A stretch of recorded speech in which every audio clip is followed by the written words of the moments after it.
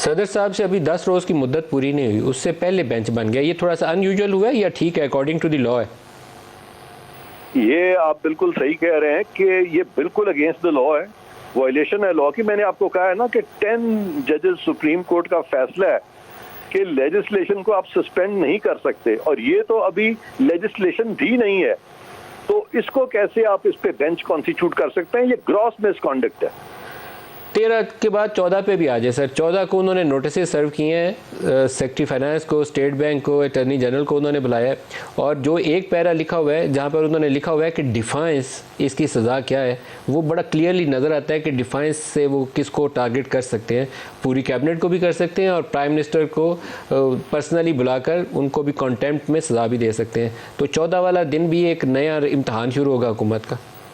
देखें नदीम मलिक साहब, मैं इस वक्त हुकूमत की जो कानूनी टीम है उसका मैं हिस्सा नहीं हूँ, लेकिन अगर मैं उसका हिस्सा होता इस वक्त तो मैं समझता हूँ कि ये जो जजेस हैं, ये जो 3 जजेस हैं जो ये बुला रहे हैं सेक्रेटरी फाइनेंस को या गवर्नर स्टेट बैंक को, ये नहीं बुला सकते, क्योंकि सुप्रीम कोर्ट के 4 जजेस ने कह दिया है कि ये फैसला जो अर्लियर जो इसी की जो कंटिन्यूएशन में जो प्रोसीडिंग शुरू हुई थी, तो वो 4-3 से फैसला हो चुका है। तो इसलिए बाद में 3 बेंच बना के इसको सुनना, ये सब एक इलीगल सुपर स्ट्रक्चर के ऊपर ये सारी इमारत उन्होंने खड़ी की हुई है 3 जजेस ने।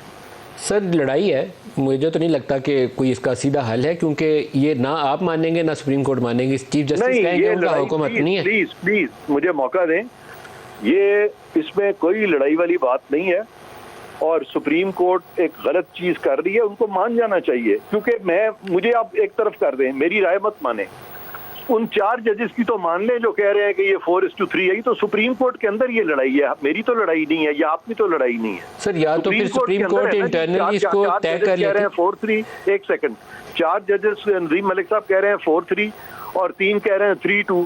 इन दोनों को इकट्ठा रख के आप खुद फैसला कर लें। आप अपनी बात ना करें, मेरी भी ना करें, आप फैसला कर लें।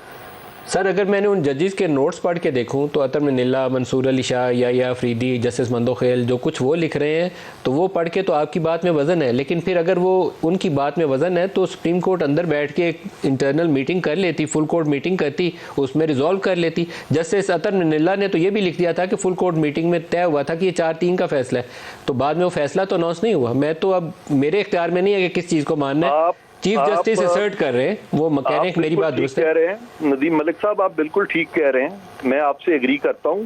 यही बात मैंने चीफ जस्टिस को भी कही थी, लेकिन वो अभी तक तो बज़िद लग रहे हैं, तो इसलिए इससे ज्यादा मैं खुद भी कुछ नहीं कह सकता। जो मैंने कहना था आपके साथ मैंने सारी बातें कर ली हैं जी। सर फिर एक लाइकलीहुड है जिससे मैं चाहूँगा कि आप थोड़ी सी रोशनी डालें। 97 में एक बहुत ही बुरा माहौल था, और फिर उस बुरे माहौल का अंजाम ये हुआ था कि जैसे सईद उस्मान ने एक अलहदा बेंच बना लिया था, 2 कॉज लिस्ट जारी हो गई थी।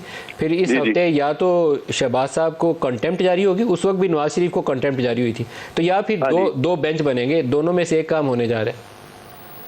इस दफा मुझे लगता है कि आप सही कह रहे हैं कि सज्जाद अली शाह साहब जो थे ना, वो भी अपने जजेस के साथ बहुत ओवर बियरिंग हो चुके थे उस वक्त, और इंटरनली सुप्रीम कोर्ट में बहुत रिजेंटमेंट थी उनके खिलाफ। और बिल्कुल आप सही कह रहे हैं कि उन्होंने वो बेंच बना के तो ये चीज की थी, लेकिन इस दफा मुझे लगता है कि अगर ये ज्यादा इंतशार बढ़ा तो उससे फिर मुझे लगता है कि कोई और भी बड़े स्टेप्स भी हो सकते हैं पाकिस्तान में। वो क्या हो सकते हैं सर? आपको कोई मुदाखलत नजर आती है किसी और इदारे से?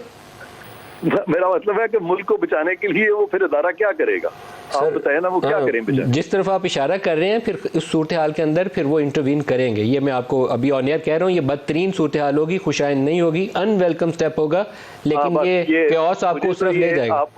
आपसे मैं एग्री करता हूँ, मुझे ऐसी सूरत हाल भी नजर आ रही है, और उसके लिए आपके पास यही 5-7 रोज हैं, कोई और सियासी रास्ता नहीं है आप लोगों के पास। ये मैं सियासी नहीं हूँ जी, मैं तो प्योर कानूनी हूँ। ये सियासतदानों को चाहिए कि अब अपना रास्ता ढूंढे, और सुप्रीम कोर्ट के जजेस को चाहिए कि कोई रास्ता निकालें।